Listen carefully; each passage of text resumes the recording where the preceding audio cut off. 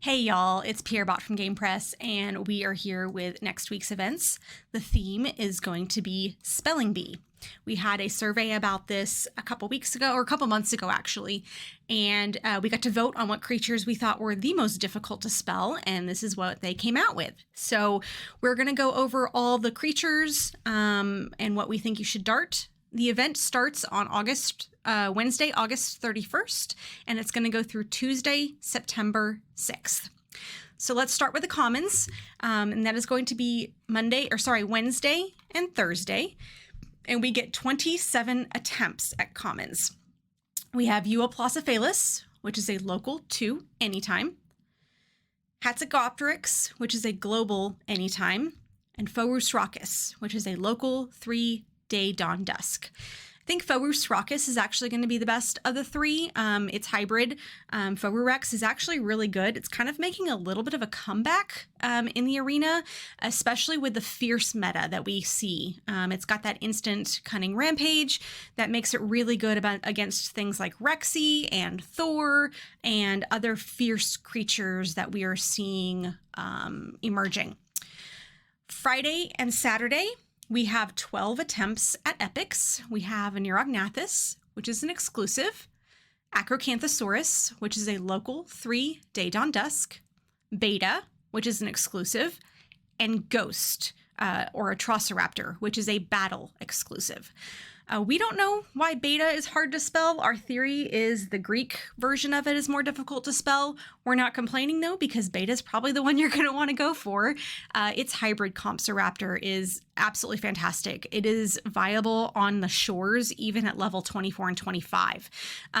It's very strong. And so if you have not created that creature or you're still working on getting that creature leveled, we definitely think Beta is going to be the one you're going to want to go for in the epics.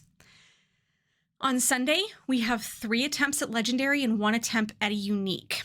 The legendary, we have Darwizopteryx, which is a hybrid of Hatzegopteryx and Darwinopterus, and that fuses into Stygidaryx.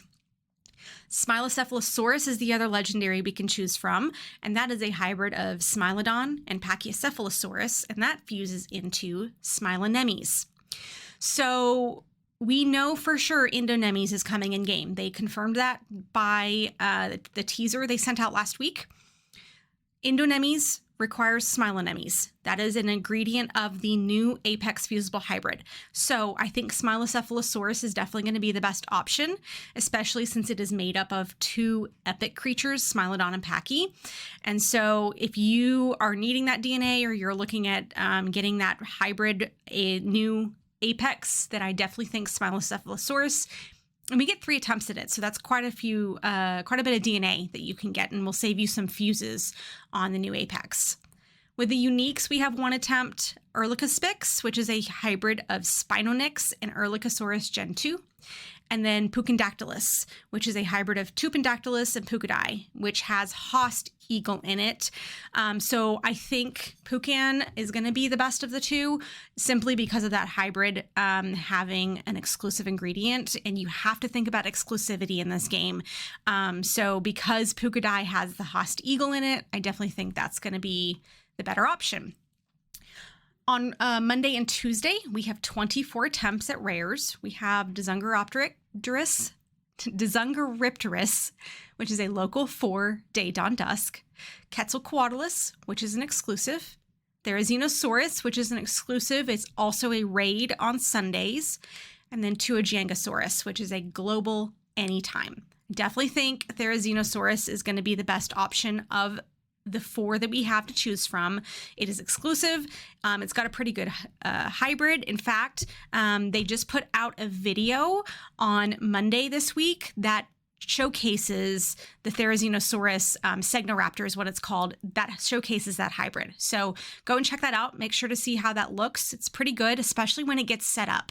It's fantastic when it's set up or on Revenge. So make sure to go check that video out, and we definitely think Therizino is going to be your best option.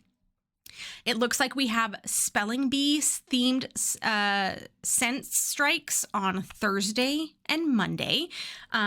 Those are going to be themed as the same creatures you see that you can dart under the Supply drops.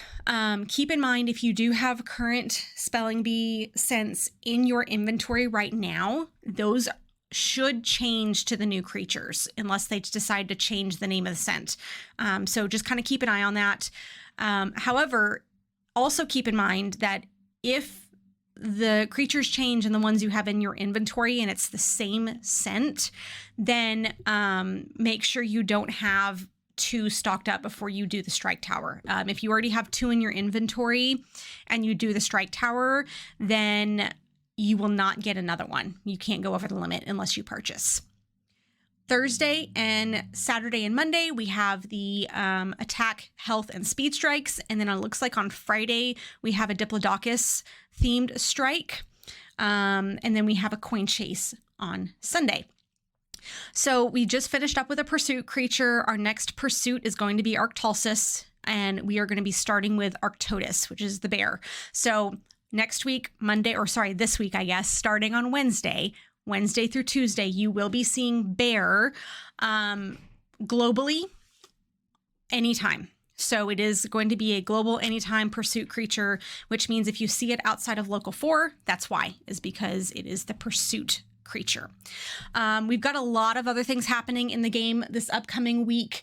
The next tournament, or the last tournament of the Alliance Championship, is going to be happening this weekend, and it is unique, legendary, epic, and rare hybrids only, and it is only creatures that came into the game before 2.0. So we're talking old school OG creatures only, which should make up for some very interesting teams.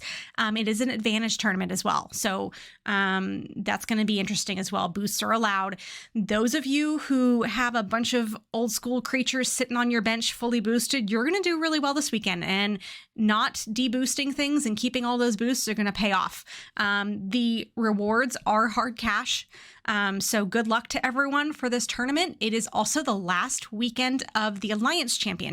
So on Monday, September 5th, as soon as the tournament is over, the Alliance Championship is technically over. And then about 2 or 3 hours after it's over is when you'll be able to claim the incubator. I think it's 2 hours.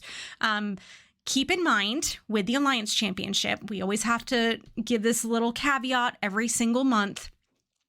You can only claim the Alliance Championship from the Alliance you were in when the Alliance Championship ends. What that means is on Monday morning at reset, when the tournament is over and when the Alliance Championship ends, do not leave your Alliance. Because if you jump out of your Alliance and go somewhere else, you will not be able to claim the Alliance Championship in that new Alliance. You are going to forfeit basically that incubator. So stay in your Alliance, collect your rewards, and then you can move around as you want. But do not jump alliances before you collect that incubator, or you will be losing all of those rewards. Also happening on Monday, September 5th, is the zones are going to change. So we get the new zones rotate the first Monday of every single month. Monday's the first Monday. So that means, like, for example, if you were in local 1, you're going to move to local 2. If you're in local 2, you're going to move to local 3, and so on and so forth. So the zones are actually going to rotate on Monday. So just keep that in mind. If there's something that's currently in your zone that you really need, definitely try and dart it as much as you can this week and weekend before it changes on you for an entire month. And you are going to be in that new zone for the entire month of September until October 3rd, when it will change again. Also happening this week, we are going to be getting patch notes on Thursday, September 1st. Super exciting. 2.18 is coming. We got a teaser about it, so make sure to go check out that Game Press article about the patch notes, the teaser about 2.18. And there's also, I believe, a link in the community tab that gives you all of that information as well. And that means that Tuesday, September 6th, we are going to be getting a new update. So 2.18 will be most likely happening on September 6th. Obviously, things can change. That's just the information we have at the moment, and they will let us know if it changes again. But as of right now, it is going to be patch notes on September 1st, and then Tuesday, September 6th is when we'll get the update. Make sure to check out Game Press is going to have an article about the weekly events coming up on Wednesday. And in that article is a hard cash link, so you're not going to want to miss that. You're going to want to scroll all the way down to the very bottom of that article, click the link, and when you do, you're going to be moved in-game and you'll be able to claim 50 hard cash in-game. So that's free hard cash. Don't have to do anything but click a button. Lots and lots of really good information that's going to be coming out this week. We're going to get patch notes. We're going to have a new update. Make sure to subscribe to this channel so you don't miss anything. We will be giving you all the information that we can possibly give as it comes out. And thanks for listening, y'all.